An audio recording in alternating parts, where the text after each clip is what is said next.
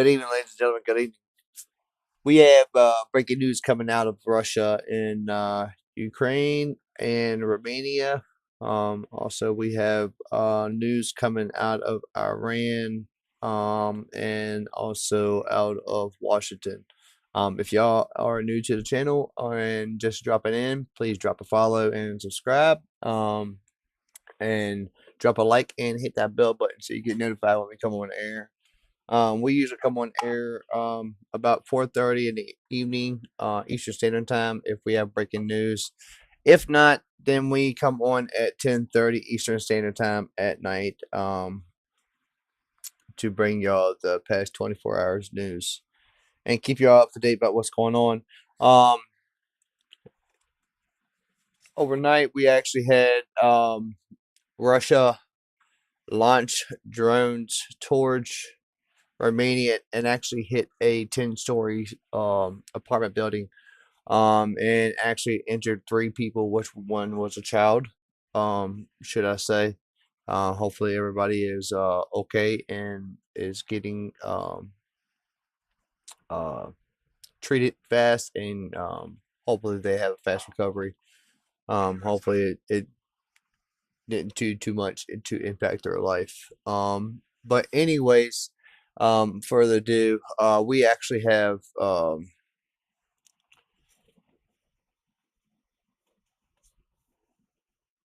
it looks like we actually had breaking news coming in right now. We actually have a possible hit in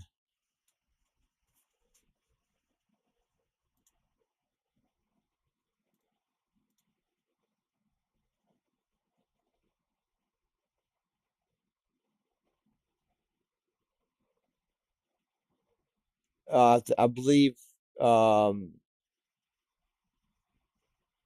believe Israel is launching yeah, we're getting alerts right now, yeah, we're getting missile alerts in Lebanon, outside of Barrett. We don't have no cameras at that point. Don't think so. Let me check. Let's cut that scene. That was a terror attack prevented their alert.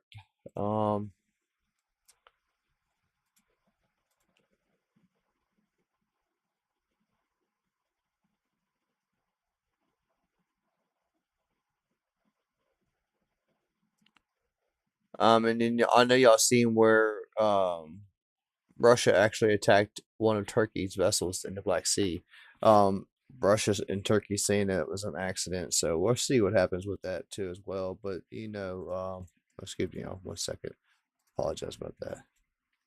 Trying to find y'all some other cameras. That is a little bit better view of what's going on, and we'll be bringing them up momentarily.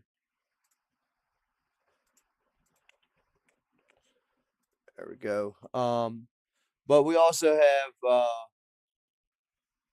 some news out of Washington that we did not sign the peace deal. You know what? Let me that's some further. I'm getting ahead of myself. But let me get over here to the broadcast and let's get to the excuse me, the video. Have very big news coming out of Iran and coming out of Russia as well. We have just gotten word just about an hour or two ago that U.S. forces have ordered ships to evacuate near the Strait of Hormuz, impending imminent military operations, they say. We're also hearing that a top Iranian military official is apparently dead near Qeshm Island from allegedly shrapnel, and also a top Russian official, the lunatic Medvedev, has basically declared war on Europe today. So we have very big news, and it's good to see you all once again. And of course, we're going to be covering the past 24 hours of the news from around the world, as we have been able to hear of significant developments, primarily within the Middle East, of action to come, and in Europe of action that has passed and is to follow. We have been able to hear significant developments from the area of the Strait of Hormuz that the United States of America's armed forces have issued an open letter to the entirety of the area and commercial ships within the region that they must avoid the Strait of Hormuz in the next coming days, as the United States of America will be preparing and then commencing military operations against the Islamic Republic of Iran to forcibly reopen the Strait of Hormuz. We are not entirely sure how accurate this information will be and whether the United States is going to be backing off of this statement at the moment right now, as the U.S. has also announced the end of the blockade as of today in a statement that was made by the President of the United States, meaning that right now the blockade on the blockade no longer exists. It's just the Iranian blockade, and apparently the U.S. may intend to physically clear it and finally reopen the strait through military force. At the same time, air defense fire and drone debris were seen around the area of Qeshm Island, and the IRGC has also reported that an Iranian lieutenant apparently got blitzed by some shrapnel somewhere on the island in the midst of this ongoing air defense scenario. Outside of that, we've also been able to hear that the Iranians have continued to reiterate that they are still controlling the strait and that their control will remain uncontested, and any vessels that attempt to challenge that control will be met by the full force of the IRGC and its forces within the region, while simultaneously it does appear that an MQ-9 Reaper was shot down over the Houthi lands of western Yemen over the course of the day as well. Israel is continuing to see that casualties are mounting due to the FPV drone attacks that have been conducted by Hezbollah within the southern area of Lebanon under Israeli occupation, and Hezbollah rocket attacks have also attempted to hit Kiryat Shimona, which is one of the largest cities within the state of Israel along the Lebanese border. We've also been able to hear that the Romanian situation has started to become quite interesting over the course of this day, and we have seen that the Russian Federation, in some words, have stated that they are in an open state of war with the European Union and NATO at large, and in other words, by people in other parts of the Russian government, have denied that the drone was even theirs, although the evidence and proof on the ground shows undeniably that it was a Russian Garan 2 FPV or kamikaze drone. At the moment, we have seen that the Romanians have attempted to make some form of a response by declaring the Russian consulate in the city of Constanta persona non grata, giving them a very short period of time to vacate the country, and the president of Romania has also issued a fairly lengthy statement as well today, largely condemning the action that was conducted on their soil by the Russian Federation. However, we have not seen that the Romanian government has moved forward with declaring an Article 4 convention under the NATO Charter, and we've also seen that it appears that they are putting the entire responsibility of a legitimate response to the Russian Federation on the NATO alliance and its framework instead of a national response and then attempting to bring in NATO as a result. We have seen that Peter Pavel, the Prime Minister of Czechoslovakia, has openly stated that he is in support of the Romanians and believes that there should be a significant international response, which appears to be some of the first murmurs of a larger response or coalition to respond within the European Union, but we've not seen any further actions beyond this point, at least at the moment. It may be that they're trying to figure out what to do at this time, or they have decided that this is about all that they're willing to do, and therefore the activity is going to be quite small. Meanwhile, Ukrainian armed forces have conducted a significant drone attack once again against the deep heartland of the Russian Federation, striking the refinery of Volgograd, and we've also seen an ammo depot somewhere in the Ural Mountains go near nuclear today, near to a small village, after some sort of a spontaneous combustion, which we believe was not even caused by a Ukrainian drone. In the midst of this, the Russian Federation has also stated that they have no clue when the war in Ukraine is going to be ending at this point. Several weeks ago, or several months ago, they were saying that the war would probably end in the next 3 to 4 years. Now the Russian Federation, through the President Vladimir Putin, has stated that they have absolutely no concept at this point as to when the war in Ukraine could end, and it could go on indefinitely from this point. We've also seen that in the meantime, the Ukrainian armed forces have been causing irreparable damage to Russian supply lines once again, and desperate calls from the Russian army in the southern front are still echoing through the halls of the Kremlin, as they are stating that they are running out of supplies and vital munitions to even be able to hold down the front at a minimum. Fuel shortages are now gripping the entire region as well, also affecting the Russian army, as fuel queues are now lining up at quite literally every area of the region, including the occupied areas of Zaporizhia, Kherson, and the entirety of the Crimean Peninsula. The Russian Federation did conduct an attack against a Turkish cargo ship attempting to reach a Ukrainian port over the course of the night, and we've also been able to confirm that the Ukrainian armed forces did successfully land a hit on the Admiral Essen, a fairly large frigate of the Russian Navy's Black Sea Fleet, within the Vostochny Rayon in their last attacks in Novorossiysk, with clear and evident proof coming out today. We've also been able to hear additionally additionally, that the Bulgarians are going to be expelling U.S. forces coming up this June from the territory of Bulgaria. And we've also been able to get some further news of Cuban developments over the course of the day and some news from within the United States of America. But with all of that out of the way, we have to cover all of this news and all of the other stories that we have for the night, starting with our largest stories first, and then moving our way on down into the smaller stories throughout the night. And I have to tell y'all, folks, that we have an absolutely humongous amount of news today, and quite a great deal of potential possibilities of what is to come, and things that have certainly come to pass already. Moving us on and into the area of the Strait of Hormuz and things to come, at least as we're hearing them right now, we have seen that the United States of America has officially issued a letter within the area to all commercial vessels that are near to the Strait of Hormuz, either within the Persian Gulf or the Gulf of Oman, as they are currently sitting at anchor. A video did come out today showing us some of these merchant ships as they are moored off the coast of Oman in the UAE, waiting for their eventual passage through the area. I won't be able to show you all the entirety of the clip as it is copyright, but you can see a large amount of vessels here at their anchorages on both sides of the Strait of Hormuz. If we look at marine traffic tracking data, you can actually see these larger anchorages, particularly these right here around the area of Fujairah and also within the very middle of the entrance of the Strait of Hormuz, waiting for their eventual time to pass. We can also see some larger anchorages as well in large groups of ships throughout the entirety of the Persian Gulf, as they all are as well at the same time waiting for the Strait of Hormuz to eventually be reopened for passage to resume. Currently, global oil markets are incredibly unstable due to political statements from the President of the United States, and also due to the uncertainty as to whether or not the Strait of Hormuz will really ever truly be opened, and that ships will be resuming normal passages by over 100 a day throughout this area. The U.S. has put out this statement today, which appears to be pertaining to the situation and imminent action. This statement was put out by U.S. NAVCEN NCAGS on the 29th of May, 2026, which is today, stating there will be military operations north of the Musandam Peninsula.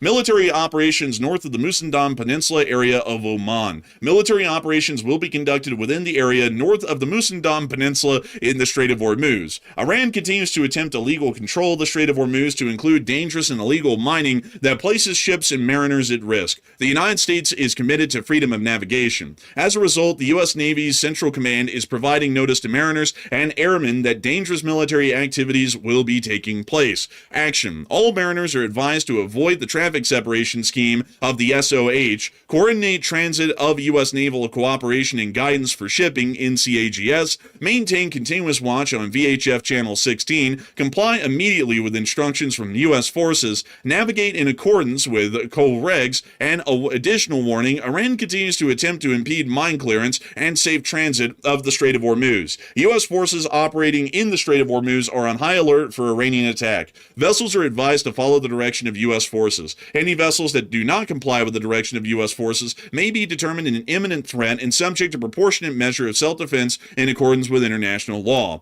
Any vessel observed to be engaged in or supporting mine-laying activities will be targeted by U.S. forces in self-defense. The period of time that this will lapse is until further notice. Any changes will be detailed via advisory update. The authority was given by the United States Central Command, and any questions, comments, or concerns that some may have can be directed to this specific email right here at NAVCENT-NCAGS, just in case you're wondering if there's going to be a slight chance of rain with bullets in the Strait of Hormuz on the day that you attempt passage. But it does appear that this statement by U.S. NAVCENT is making it incredibly clear that they will be commencing military operations within the immediate future at this point to start clearing the Strait of Hormuz. We are not entirely sure when this will commence. We haven't seen any military actions, at least yet, by the U.S. Navy's Fifth Fleet, which is the one that's operating within the Central Command's area of responsibility. And we've also not heard of any reports of direct armed action happening in Hormuz at all at this matter from other sources as well. We did get to hear, however, that during this time there was air defense over the island of Qeshm, with some limited footage coming out showing air defense rounds bursting in air over the island, and also the sound of them as well. Around that time, or a little while later, it's a little bit hard to ascertain on this one, but we did get to see the debris of some drone that apparently splashed down into the sea near the island of Qeshm, washing up on shore in this clip as well. That might be one of the Reaper drones that Iran recently shot down, because they've shot down quite a few Reapers. That is something that we can confirm. I think the most recent report is Iran shot down about the equivalent of $1 billion worth of Reaper drones for surveillance, and they're just shooting those things down like they're candy at this point. So that could be what we're seeing here. Well, we can actually see a propeller assembly right there, and I'm very certain, actually, that is probably the exhaust of an MQ-9 Reaper. And let me go and look at this here really quickly, folks, because something about this is really... Let me see here. Hold up. Let's see here. Let me pull this up. Let me see here. Maybe this one. Huh. I can't really find an exact match for that little cowling here at the very back of the propeller shaft on a Reaper or a Predator drone. So I might not be able to verify that, at least at the moment right now, but we can see the propeller shaft of whatever drone was shot down washed up on the shore right there as well, which we haven't been able to do any positive identification on, at least at the moment. We see some more debris in parts, generally all washed up in this one area of the shoreline. I also got to say that water looks exceptionally clear even in the middle of the night. Water looks hydrating. Man, that water looks like it would be, like, worthy of a good sip, but knowing how salty that water is, you definitely wouldn't want to take a sip. Also, there's a lot of oil in that stuff these days as well from all the oil tankers that have been hit. But moving us on out of that, in the midst of this air defense fire and the drone debris washing up on shore, the Iranians apparently reported in the midst of this that an Iranian lieutenant had been killed by shrapnel somewhere on the island, and apparently that's all we know. We don't know how in the hell this guy was so close to something that blew up that he sustained shrapnel injuries that were fatal, and we don't really know what exploded to cause shrapnel to go flying through the air to kill this lieutenant, but there is a report that an Iranian lieutenant did get killed on Qeshm Island by shrapnel, and beyond that, the story is entirely unclear as to what happened surrounding that incident and why that would have ever occurred on the island in the midst of everything else that's been going on so far that we've been able to confirm by video and picture evidence. Before we move on... That's a strange idea for somebody to get killed by shrapnel, because the U.S. isn't launching bombs except for, like, what was it, 2 nights ago when they attacked the Bandar Abbas area. They launched some missiles there, but they didn't launch any today, according to what we've heard. So unless maybe the Iranians shot down one of those drones and the lieutenant was simply stupid enough to be standing underneath the wreckage of it or something, it's like, I'm not sure how somebody can get taken out by shrapnel like that.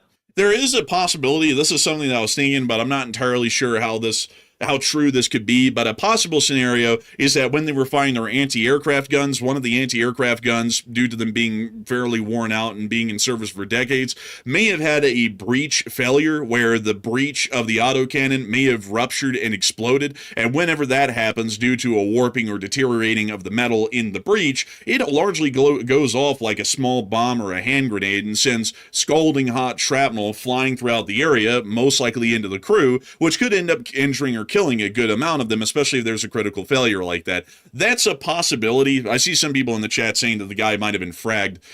There's always a possibility that the guy could get fragged, but I would have to say I generally think it might have been an AA breach failure more so than a fragging. That's just at least my opinion. But I mean, who knows? We don't really have an answer at the moment. So maybe the guy got fragged, maybe he got greased, or maybe it was a breach failure. It's just really hard to say at the moment. But before we move on into the rest of the news that we have been able to get out of this area in the Strait of Hormuz, because we have a lot more major developments that have come out today beyond the statement that was put out by U.S. NAVCEN. A lot of people are talking about this letter that was issued today of imminent military operations that are going to be conducted by the U.S. Armed Forces under the Central Command's area of responsibility within the Strait of Hormuz, which sounds to be preparing for the clearing of the strait, at least from how the letter was written and issued today. And Matthew, what are people thinking about that, and what are you thinking about that as well? Okay, so the warning that was sent out just a couple hours ago by U.S. Central Command is telling the vessels in the Strait of Hormuz to be careful and basically get out of the area completely, and also comply with any instructions that U.S. forces give to the vessels in a very quick fashion, because they're saying, and this is literally the first sentence of the actual notice, it says, military operations will be conducted within the area north of the peninsula in the Strait of Hormuz. So that's very clear. They're saying a military operation will be beginning very soon. Ukraine. And this is the first warning going out to vessels to get out of the area before they get hit in the midst of that operation. So what do you think's about to happen? 61% said a military operation is imminent, while 21% said it sounds like a scare tactic, and the U.S. is putting this out to simply scare the Iranians into believing that a military operation is imminent, and 13% said it's just a warning of existing actions that the U.S. is already taking. So specifically in the notice, it says a military operation, and it also says any vessel observed to be engaged in mine-laying activities will be targeted by U.S. forces. So we generally haven't seen the U.S. target the mosquito boats, as some people call them. We really haven't seen that so far. We hit 2 of them yesterday, but that's one of the first instances that I know so far that the U.S. has actually hit those vessels directly. So I would say to me, it sounds like something is imminent. I'm with the 61%. They would not send this notice out and also radio to these vessels in the area unless they intended to do something. This would be kind of crazy to send something like that out for a scare tactic. So I'm with the 61%. But Enforcer, what say you? I'd agree with 61% as well. This letter is written quite clearly to suggest that imminent military action is going to commence within the near future. If we read this right here, it states the period is until further notice, the authorities by U.S. Central Command, and that they are going to be giving notice that dangerous military activities will be taking place. What dangerous military activities could be taking place inside of the Strait of Hormuz by an armed force outside of armed action? There can be none. So for that reason, with the letter being written quite clearly and obviously, there's really no doubt or question about it. Whatever is about to happen, there's about to be a significant amount of action taking place in the Strait of Hormuz by U.S. armed forces, and I would hope and I would pray that it is a full-on attempt to break the blockade that the Iranians have right now, because anything less will be achieving generally nothing in the strategic outlook, and will also be seeing that the United States will continue to deal with the economic calamities that we're finding ourselves to deal with on the worse and worse month by month at the moment right now. In the meanwhile, outside of all of this that's been going on with that letter issued today by U.S. NAVCENT, we've also been able to hear that apparently a statement by the President of the United States was made today about the situation of the U.S. blockade and other matters pertaining to the situation with Iran, which is as follows. Iran must agree that they will never have nuclear weapon or bomb. The Hormuz Strait must be immediately open, no tolls, no unrestricted shipping traffic in both directions. All water mines, bombs, if any, will be terminated. We have removed through detonation numerous such mines with our great underwater minesweepers. Iran will complete the immediate removal and or detonation of any mines that are left, which will not be many. Which we'll get to that here in a second. Ships caught in the strait due to our amazing and unprecedented naval blockade, which will now be lifted, may start the process of heading home. Say hello to your wives, husbands, parents, and families from me, your favorite president. The enriched material, sometimes referred to as nuclear dust, which is buried deep underground with virtually collapsed mountains caused by our powerful B-2 bomber attack 11 months ago, sitting on top of it, will be unearthed by the United States, which it is agreed is the only country along with China with the mechanical capability of doing so, in close coordination and conjunction with the Islamic Republic of Iran, plus the International Atomic Energy Agency, and destroyed. No money will be exchanged until further notice. Other items of far less importance have been agreed to. I'll be meeting now in the Situation Room to make a final determination. Thank you for your attention to this matter. If you would like, please leave a survey by pressing the link below. Yeah, how are you interpreting that, by the way? Because I was going over this earlier in the short war video. The way I interpret this, the way he's worded it in this post, is that the U.S. is going to preemptively lift the U.S. blockade in the Strait of Hormuz, start letting the vessels, the commercial vessels of all type, go through, and they're going to expect that because they do that, it's basically like a goodwill gesture, that maybe the Iranians will agree to the terms they laid out at the very first part of the post, but it sounds like we're preemptively lifting the blockade on our end. That's what it sounds like to me. It sounds to me like it's being lifted right now.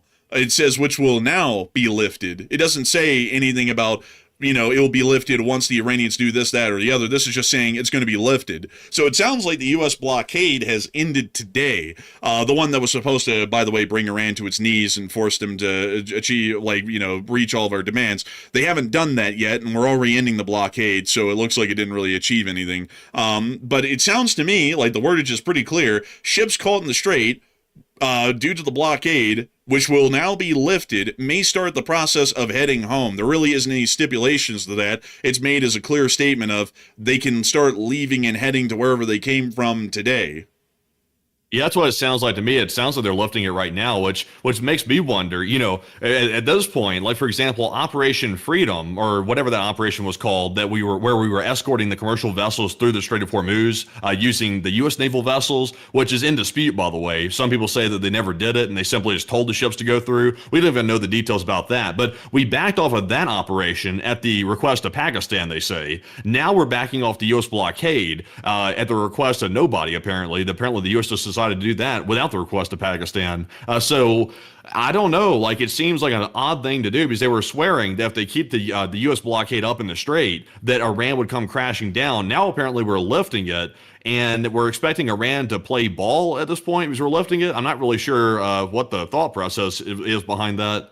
Well, I would have to say that if we're correct that the blockade was lifted today, then generally I think we can kind of get an idea, folks, that specifically my analysis of the blockade on the blockade, and also Matthew's, because we agreed on this both when this started, was completely pointless because it hasn't really achieved anything. Because I remember, just to put this out there, everybody, because we always have to make sure to keep the stories straight here, because the story changes, especially by this guy, literally every day, that when the blockade was announced, it was announced with the concept publicly that this would bring Iran to its knees so fast it would make everybody's head spin, they would economically implode, the Islamic regime would somehow magically be overthrown in that process, and we would win the war. The Islamic regime has not been overthrown. Economically, they're not doing great, but they weren't doing great before the war either. And now the blockade's ended, and we haven't achieved a single thing that the blockade was started to reach, at least according to the public goals that were stated. So if we were waiting for this blockade to do anything over 2 months, it achieved absolutely nothing. Another thing that... Yeah. It really achieved actually nothing. Like, it legitimately did not. And I think the U.S. might have realized that Iran was doing ship-to-ship transfers to get their oil out to export the oil out of the strait, because that was a trick that Iran was doing the entire time, according to what I've heard. They were simply taking their sanctioned Iranian vessels. They were docking up in the middle of the Persian Gulf with other vessels that weren't sanctioned. They were transferring the Iranian oil to a non-sanctioned vessel, and then they were allowed to go straight out of the Strait of Hormuz, past the U.S. blockade, to go sell their oil. So, like you just said, like we've been saying for some time, the naval blockade on the U.S. side of things was never going to work. That was just a silly power move that the U.S. tried to pull, just to say that they were the ones controlling the situation, when in actuality, it achieved literally nothing. Also, I have to say that the statement that came before this is clearly markedly false from many logical premises, and there's no way that this can even be taken seriously. And I'll reread it here really quickly and then break it down. All water mines, which are sea mines, by the way, if any, will be terminated. We have removed through detonation numerous such mines with our great underwater minesweepers. Iran will complete the immediate removal and or detonation of any mines that are left, which will not be many. I have to ask the obvious question. If we are able to demine the strait on our own, and we've done so well, the best that's ever been seen in history, we've done so well that the fish and the whales have had to call the president up and tell him how good of a job that they've done with demining. Literally nothing's ever been seen like this, and the demining operation's only this good because he's in charge of it. Why the hell would we need the Iranians to come out and demine the rest of them that are there? We could just do that on our own and just, completely circumvent the Iranians and having to hamstring and fiddle fart with them to figure out if they would come out and blow up or demine the rest of them. The reality of it is, folks, is that unlike the statements by the president, we actually know a little bit about the demining systems that the U.S. military has, and we have no demining systems or autonomous underwater vehicles that are known to the public right now that are capable of demining or detonating mines at this moment. So all of our underwater autonomous vehicles can find the mines, but they can't detonate them and explode them. So this statement is markedly false by many different parameters. There are still hundreds of mines out there in the strait, and we're going to have to eventually demine them, but not with the drones, and we haven't even gotten close to starting that right now. If we had, I think the IRGC would probably notice that by now, the fact that there are literally explosions coming from the minefield that they laid, that they're observing on the daily and firing at anyone who gets close to the thing. That's my 2 cents on it. But a lot of people currently are talking about the upcoming situation that we're seeing right now with the United States announcing that the blockade that the U.S. is conducting, that blockaded the Iranian blockade, is going to turn the situation around. And Matthew, what are people thinking about that? And what are you thinking about that as well? Okay, so what do you think about the whole situation? Because it sounds like the U.S. is lifting the blockade in Strait of Hormuz before Iran even agrees to any of our terms that we're laying out. Like, for example, the nuclear issue or relinquishing control of the Strait of Hormuz. The U.S. is just preemptively lifting that, I think in the hopes that Iran comes to their senses, which is, that's quite a leap of faith, I would say. But what are your thoughts? 27% said the U.S. will not lift the blockade and it's just a ruse. 34% said that's bad. A deal is clearly needed first, and 26% said that's good. It is better this way. And folks, I think that we need a deal first before we do something like this. First of all, I didn't think the blockade was going to work, and it appears to be that it didn't work, and that's why they're lifting it out of the blue like this. So that seems to confirm that analysis. But since they did the blockade, I mean, if we were going to use that as leverage, it seems like a deal would have been nice to get first before they lifted it. Otherwise, the trouble was all for nothing. So I would say generally, honestly, the blockade was pointless to begin with, so it's kind of hard to even work with that premise. But under the premise that the blockade was somehow going to be effective, I would say that the deal was needed first before we lifted it. So I'm with the 35%. And Enforcer, what say you? I would say that I'm with the 35%. This is clearly a bad move. A deal is needed first before any pressure is lifted, because lifting any pressure in the midst of what is still largely a wartime scenario to try and achieve anything in negotiations is clearly unfounded and is not going to be achieving much of anything. So I would have to say that it's a pretty bad idea. It's a very bad approach, and we're probably going to see nothing beneficial coming out of this at any point here in the immediate future. I've seen some people make a good point, though, in the chat that maybe they're ending the blockade to divert these destroyers towards military action to clear the strait. Maybe. But I have a feeling that if that was the case, that would more so be publicly stated that we're ending the blockade to forcibly reopen the strait because the Iranians can't be trusted. Because right now, before people say, well, they're wanting to hide that so that way the Iranians don't know, they just put out a letter in the Strait of Hormuz to all the ships in the area that they're going to blow the shit up out of Iran. So if they're trying to hide the fact that they're about to blow up Iran, they're not really doing that good of a job at that, with the whole classified side of things. And also, another thing that I got to say really quickly, because I saw a lot of people saying, well, clearly the president knows more about you than demining. But yeah, hasn't he also said that we blew up all of their surface-to-air missile defense systems, and then we had to blow up a couple of those in Bandar Abbas over the last few days? According to the president, literally all of those were vaporized in the first phase of the armed conflict. But somehow they have enough of them that they fired off surface-to-air missiles near Jam in the Bushehr region, and not only that, they also had surface-to-air missile defense systems to threaten U.S. forces that CENTCOM admitted we blew up around Bandar Abbas. So maybe the president's statements don't need to be taken as 100% truth, because we have plenty of examples at this point of endless amounts of untruths that have been made by the president that we can't work with whatsoever, because it's literally living in a false reality, which would be called, I believe, at some point, a mental illness if we were all to live in a reality that's not real. You're talking in circles, man. You're talking in absolute circles right now. You know why? Because you're trying to make sense of something that makes no sense. I mean, what are we working with here, folks? I mean, I see some people in the chat saying, what is this, like Groundhog Day? We're hearing like the same thing over again, like it's in a circle. I mean, that's what we have to work with, folks. This is what we have to work with. We have the lion-ass Iranians who lie through their teeth about everything. And then we have the U.S. out here, like, I'm not even sure if the U.S. is trying to lie because it's malicious. I think there's lying because they're not sure what the hell they are supposed to know either. So between the two, all we know is this. They say a military operation is imminent in Hormuz, so we'll have to see what happens with that. And outside of that, everything else is just circular, crazy talk at this point. So we'll just have to see what happens, I guess. Yeah, we'll have to see, but generally... And I see, folks, so many people are irate. How dare you say that the president isn't correct about the mines being cleared? Well, I mean, if they're clear like he said, and there's hardly any of them left, I mean, why not just start sending oil tankers through there right now? Prove me wrong. Start sending them through. I mean, if we're truly so in control of the situation right now, why is not a single oil tanker going through that strait? That seems to be kind of defeating the whole story that the president's entirely right, because if the president's right, Iran literally doesn't even have a military right right now, which certainly isn't true, because if they didn't, nobody would consider them threatening enough to not go through the strait. Nobody's gone through the strait in a couple of months, and if the president's right and the minefield's almost completely gone and we basically remotely blown up the whole thing already,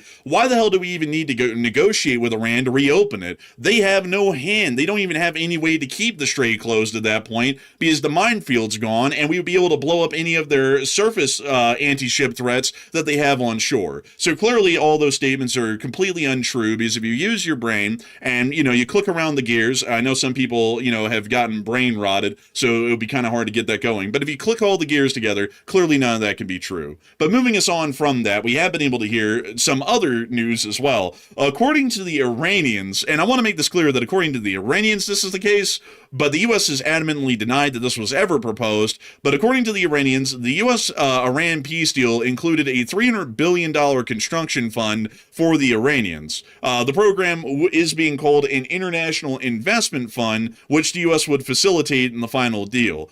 This comes as Iran demands reparations to end the war. From what we've heard, the U.S. has adamantly denied that this was ever proposed, but the Iranians appear insistent at this point that this was proposed or is being heavily considered at this point in the negotiations, which we're not really sure which one is telling the truth. Still, this doesn't sound that good, because we spent $120 billion on Ukraine. If you look at it as money spent to give them old equipment we were about to destroy anyways. We spent $120 billion on Ukraine in about 3 years. And if this was actually true, we're about to give $300 billion to Iran because we fought them for about 2 months straight and then ended up being in this weird ceasefire limbo for another 2.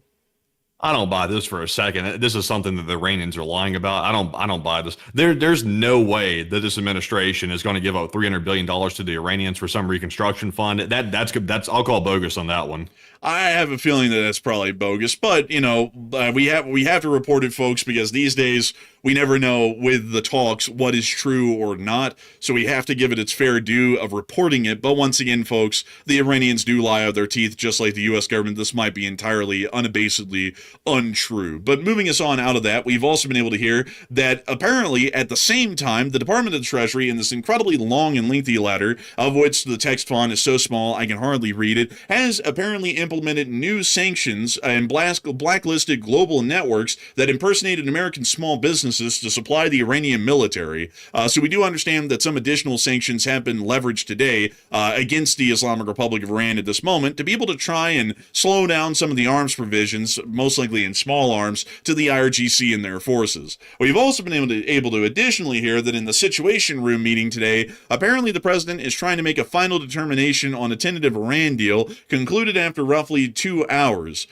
We did get to see some footage earlier in the day, which I did follow this, of General Kane walking out of the White House 2 hours after the meeting, which appeared to have been showing that it had concluded, but we're not entirely sure what the final decision was. One thing I will tell you, though, is that the UF's NAVCENT letter did come out after that meeting, which may be giving us an idea that the decision for further combat actions has been made. It's just that it hasn't been disclosed to the public. Moving us on out of that bit of news and on to the Iranian side, the Iranians have also been running their mouths quite a lot today as well, with MB Ghalibaf, who appears to be a fairly prominent Iranian government official, stating the following on Twitter today. 1. We seize concessions not through dialogue, but with missiles. In negotiations, we merely make them understand. 2. We have no trust in guarantees or words. Only actions are the measure. No action will be taken before the other side acts. 3. The winner of any agreement is the one who is better prepared for war from the day after.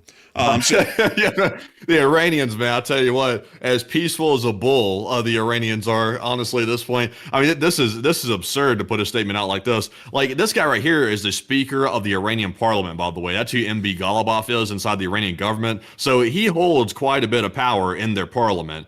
So for a guy like that to come out and make a statement talking about he negotiates with missiles and bombs, it's like, that is crazy talk. It's like, are we expecting to negotiate with that? And obviously the answer to that's no. That's why we're not getting anywhere. I would have to agree. These are kind of the reasons why we are getting nowhere, and this is why talks are pointless. Whether the U.S. government will ever get that idea or not, we're not entirely sure, but clearly talks are pointless with a group of people who think like this. Moving us on out of that, though, we've also been able to hear another statement from the Iranians today, that apparently they're stating that the president is fabricating key deal terms, this is according to the Iranians, saying provisions on the Strait of Hormuz and nuclear dismantlement do not exist in the text. Iran demands $12 billion in frozen assets unblocked and a Lebanon ceasefire on Hezbollah's terms before talks proceed. Deal still awaiting final Iranian approval. Sources cited by Fars calls the president's claims a mix of truth and fabrication to declare a premature victory.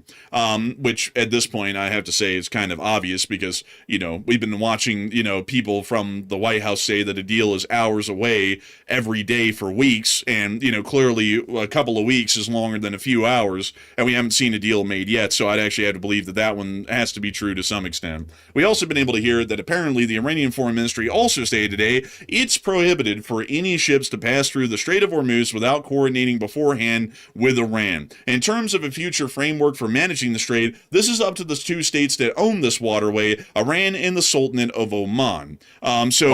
Oman getting pulled back in. I wonder if that's why that statement was made yesterday by the U.S. president, that they might just blow up Oman if they don't play ball. Maybe that's why. It sounds like Oman might be getting dragged into the situation. Man, honestly, it kind of does sound like Oman's getting dragged in. So we'll have to see what happens with Oman in the diplomatic realm in the future, because we've already heard that they got threatened to be bombed, although they've been a neutral mediator between the U.S. and Iran for a little while, and the U.S. didn't threaten to bomb them. So we'll have to see what happens with Oman, and also how their diplomatic position might change during this attempted negotiation and then after the fact. But that's generally all the information that we have right now coming out of the Strait of Hormuz, which certainly appears to be quite an interesting development over the course of the day. In the meantime, we unfortunately saw that over the Houthi lands of western Yemen, an MQ-9 Reaper was shot down. That footage can be seen right there. And Poor thing, look at it.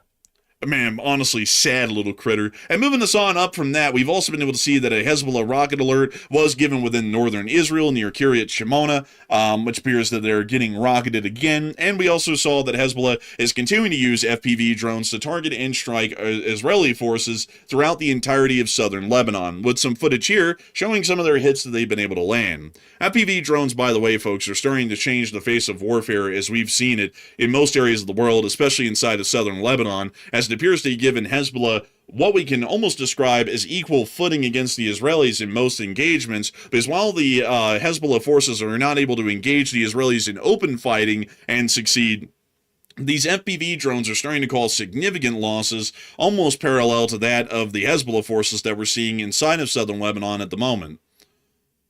By the way, the Israeli government actually declared today that drones are a significant risk, and Israel is going to be the first country in the world to create drone defenses. I guess they never heard of Ukraine, because Ukraine literally has like a million different versions of drone defenses. But if the Israelis, would get their head out of their ass, at least up Russia's ass for that matter, they probably realize that Ukraine does have a lot of defenses that they could use if they weren't so friendly with the Russians. But we also were able to see here another clip showing us another attack that was made by Hezbollah drones within southern Lebanon as well, which is continuing to show us that these drones are quite literally causing a complete shift within this area. Israel's also conducted a withdrawal of some brigades from the area to try and cut down on the amount of personnel that could be within the drone strike range or directly hit by an FPV. And it appears that it might be leading to a very precarious situation. Israel also has no drone defenses of any sort at the moment right now, and most of their vehicles are not equipped or outfitted with any form of drone defenses. Even cope cages are largely missed in most areas that we see of Israeli occupation in southern Lebanon, like this Namera right here, which was directly hit on its upper plate. Also notice, by the way, that Hezbollah is literally in stage 1 of drone warfare. They're using only the small, agile FPV hubs, fast-speed drones. That's all they're currently using right now. They don't have the massive octocopters like what the Ukrainians call the Baba Yaga that carries an anti-tank line. They apparently don't have that yet. And also, Hezbollah doesn't have drone interceptors either. So if Israel started fielding FPVs just like Hezbollah is doing, Hezbollah would be caught off guard as well. And that's what's needed in situations like this. You have to fight fire with fire, and what Israel should be doing right now is they should be fielding these FPVs, because if Hezbollah can do it as a terrorist force, then surely a very well solidified army like the IDF can adapt to something like this, or at least they should be able to.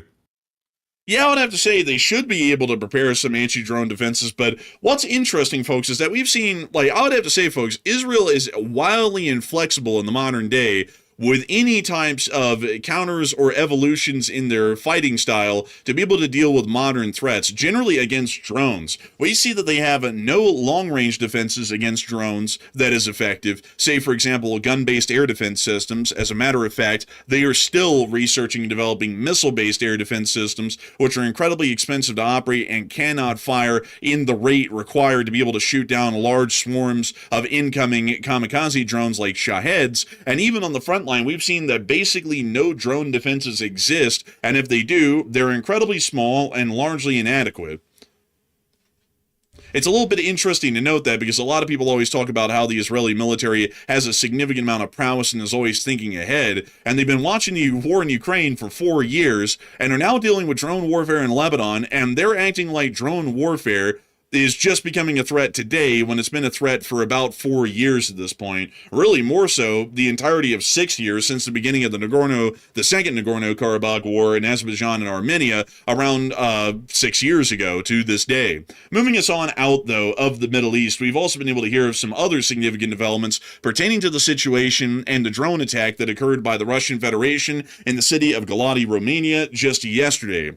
We have seen that the Republic of Romania has made an official response to the situation through the office of the president of Romania. But to give you all a little bit of an update on the aftermath of the attack, pictures were taken of the damaged areas of the apartment building that were directly hit by the drone, and the damage was pretty extensive, as we can see right here. That's some pretty bad damage right there. Honestly, go back to that other picture, by the way, of the apartment itself. I saw a couple of viewers pointing something out earlier. They said, well, how come there's like no rugs? There's nothing in this apartment right here. I think we're looking at the hallway or something in this picture. It looks like the drone hit the corridor, like before you enter an apartment. That appears to be one apartment that we're looking at, one entrance to an apartment. And also the photo is being taken from the apartment across the hall. So I think that's why there's nothing in this corridor, is because of that reason. Yeah, this is actually the hallway bisecting the apartments on both sides of the building. That's why you can see in there, inside of that doorway, there's actually furniture and also cabinets and whatnot. This is just a hallway between the apartments. That's also why we're believing that there wasn't any fatalities, is that somehow the drone luckily impacted the entrance to the hallway, not the actual apartments that were inhabited, meaning that most of the explosive force was contained inside of the hallway, and some shrapnel possibly went through the wooden doorways and ended up causing the injuries. We're not entirely sure on that at the moment, but luckily the drone exploded in the hallway and not in an occupied apartment, which is why we're believing that there were no fatalities, meaning that these people quite literally were just a few feet to the left or right of imminent death when this drone exploded right next to their apartments in the midst of the night. We've also been able to hear that after this, the Romanian government has made a response and has conducted some actions, but this also comes on the fact that another drone was found in northern Romania near to the commune of Bicesti. According to the TVR channel, the drone did not have an explosive device, but the local mayor said the device is large and its wingspan reaches about 3 meters. That is the exact size of a Russian Garan 2 decoy drone, just to make that clear. So we're getting it pretty obvious at this point that there were several drones that made it into Romania last night. The only one that we were talking about when we covered the breaking news yesterday was the one in Galati, because that's the only one we knew of at the time, and that was the only one that had directly exploded onto a populated city. This was the statement by the president of Romania today, and we'll be reading it in its entirety, as it's a very important statement in what it's going to be laying out in the future, and then we'll be talking about what has happened afterwards as far as Romania's actions and then other international actions that we've seen so far. This is from, by the way, just to mention the name, this is from Nicusar Dan, who is the president of Romania. I have convened the Supreme Council of National Defense meeting today at 11 a.m. to discuss the implications of the most serious incident to affect the national territory since the start of the Russian Federation's war of aggression against Ukraine. We will order proportionate measures in retaliation to the Russian Federation. My first thoughts turn to the injured persons, their families, and the residents who experienced terrifying moments in their own homes. I thank them for the calm with which they responded to the situation and assure them of the full support of the Romanian state. The unprecedented nature of the event demands a firm, coordinated, and appropriate response at the national, allied, and international levels. I declare with the utmost firmness that full responsibility for this incident lies with the Russian Federation. What happened today in Galati is the direct consequence of Russia's war of aggression unleashed against Ukraine, the irresponsible and indiscriminate manner in which Moscow operates these weapon systems in the immediate vicinity of NATO borders, as well as the systematic disregard for international law. There is no ambiguity regarding the perpetrator or the cause of this aggression. The Romanian armed forces acted in accordance with the procedures established for such situations, under firm orders to shoot down the drone as soon as conditions allowed for such an operation, without the risk of casualties or damage on the ground. The decision not to engage the target was taken because the conditions did not exist to destroy it without the heightened risk of endangering civilian safety. Romania's response is firm and multifaceted. I have ordered and initiated the following measures, some of which have already been carried out. Before we get to that, though, Matthew's reaction is honestly the one I was about to have, but I'm trying to make sure to get through this straight-faced. So the answer, by the way, folks, of why they didn't shoot down the drone is that they were scared that shooting it down might blow up a couple of Romanian civilians, so they just let the thing fly on into a high-rise that almost blew up a couple of Romanian civilians. Yeah, how stupid is that logic? We don't want to shoot it down because it could hurt people, so we're just going to let it hit people instead. It's like, that's great. It's like, isn't that like the same as like a doctor saying, let's cure the cancer, so we're just going to kill the patient? It's like, I mean, what kind of logic is this? This is crazy. It's like, wouldn't it be much better to have debris than a direct drone impact? I think that would be much better.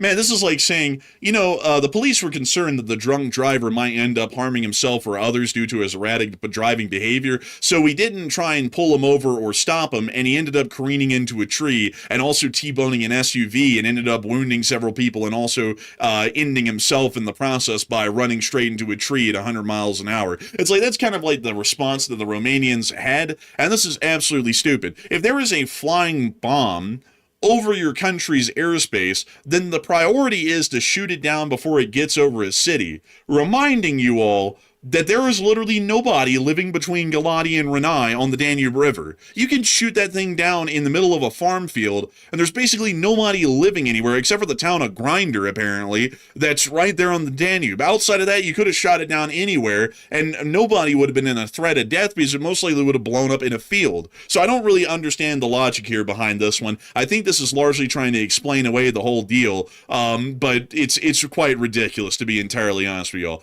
But getting back to the rest of the statement, some of which have already been carried out. One, informing allies. All NATO allies and European Union partners have been informed about the incident, and communication with allied military structures is ongoing in real time. Two, additional allied anti-drone capabilities. Romania has formally requested that allies deploy additional anti-drone capabilities on national territory to strengthen our defense and the alliance's eastern flank in accordance with EUR's instructions.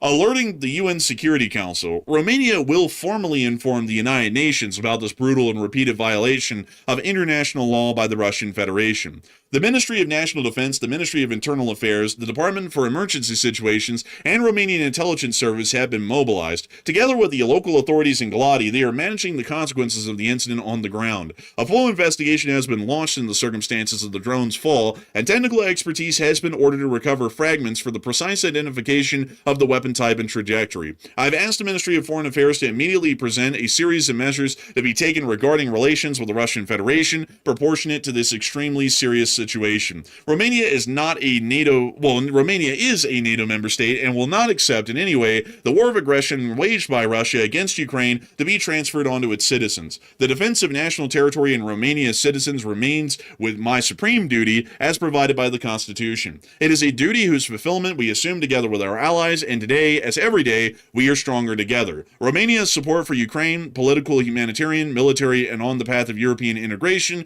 remains steadfast. The longer Russia continues this war, the clearer it becomes that it must end through a just and lasting peace that respects Ukraine's sovereignty, independence, and territorial integrity. So that is the full statement by the president of Romania. Wow. And it's quite weak. I think we could have shortened that down to like a paragraph. I think that was a lot of word soup. It was a lot of word soup, but through the word soup, we've gotten something pretty obvious. They're not even willing to invoke Article 4 at a minimum for what happened. Yeah, that's pretty lame right there. Also, it's like they're going to send a letter to the UN Security Council. It's like, doesn't Russia sit on that? Yeah, as a permanent member with veto privileges. So yeah, it's like, what's the point? Yes, that's kind of pointless. Kind of like I said the other day. I said that NATO would end up forward deploying defenses. That's what they're doing. They said that right there in point number two. They said they're going to bring in more anti-drone capabilities to defend their airspace. So the analysis was correct. They're bringing in more defenses, but they're not doing a direct military response to the Russians for sending in that drone. So that's a pretty lame response. Also, informing allies. It's like, well, everybody saw the video. It's like you don't have to send out formal letters for that. Everybody and their dog saw the headline. So it's a very weak response. Yeah, very weak. They inform mommy, they inform daddy, and they inform the neighbors. But the one thing they didn't do is even try and invoke Article 4 yet on the situation. Remind you all, Estonia invoked Article 4 of the NATO Charter because a MiG-31 happened to skirt through their airspace for 2 minutes, and then a Russian border guard walked across the border and hung out for 20 minutes on the Estonian side. They invoked Article 4 over both of those situations. The Russians just blew up a drone in an apartment building, almost killed 2 people at a minimum because they're wounded as a result of the attack. It is a literal armed attack on the territory of Romania, whether it's intentional or not, and Romania doesn't even have the damn gall to invoke Article 4 at a minimum over this. All they're saying is, we informed everybody about what happened, and we'll see what happens. That's it. Like, I honestly got to say, folks, with that kind of a mindset, we're begging for a war with Russia at this point because we're looking so weak. They're probably thinking that our resolve will be so non-existent if they do go into a war with us that they probably would be able to get significant diplomatic concessions. I mean, hell, at this point, Putin could start firing missiles at the presidential palace in Vilnius, and the Lithuanians will probably just give them a strongly worded letter saying, we condemn the actions that you just took to wipe out our whole parliament and our president, and we're very unhappy about that. It's ridiculous. And a lot of people are currently putting in their opinions right now in the chat about what they think about this statement today, but I also want to add before we get to it that the Romanians did take one action that was at least something. They did declare the Russian embassy or the Russian consulate general in Constanta persona non grata, and the consulate inside of Constanta is going to be closed within the near future. This is the Russian consulate in Constanta, Romania. Not really that impressive, to be honest with y'all, but it's a consulate, so not really going to be the most impressive thing. But nevertheless, a lot of people are talking about what the Romanians have done so far. And Matthew, what are people thinking about it, and what are you thinking about it as well? Okay, so in response to this, Romania said, well, we got hit, but the Russian diplomats can hit the road. Also, their consulate's getting shut down too. I guess they're going to take that back to Romania. So what do you think about that? Is that a good response or not? 42% said that is a good response. 36% said that's a weak response. And 17% said that there's probably a bigger response coming soon. And I hate to say it, but help is not on the way. There's not a bigger response coming soon. It's simply not going to be the case. They won't even invoke Article 4, which at this point is basically a free luncheon for the NATO diplomats for the most part, because they really do nothing at the Article 4 conference, and it's largely just a get-together for the most part. So I would say that's better than nothing. So I'm with the 41%. It's a good response because, I mean, the alternative is they could have done literally nothing, which is the bare minimum. So I would say it's a good response. So what do y'all think? Do y'all think that was a good response, or do you think that they should definitely? I mean, I think they should call Article 4 at least and have a meeting to see if they have enough evidence to invoke Article 5 on the NATO Charter. We're going to keep close eye on this and what's going on. We'll keep y'all up to date. Well, if we don't have no breaking news, we will be back. If we don't have no breaking news, we won't be back on tomorrow evening. But we will be back on tomorrow night at 10:30 Eastern Standard Time. But if we do have breaking news, we'll be back on tomorrow evening whenever the breaking news comes out. But I hope y'all enjoy the show for the night. That is all I have for you for right now. Make sure y'all drop that like and that follow button or subscribe button, depends on what platform you're on. The call lines will be closed now. I hope y'all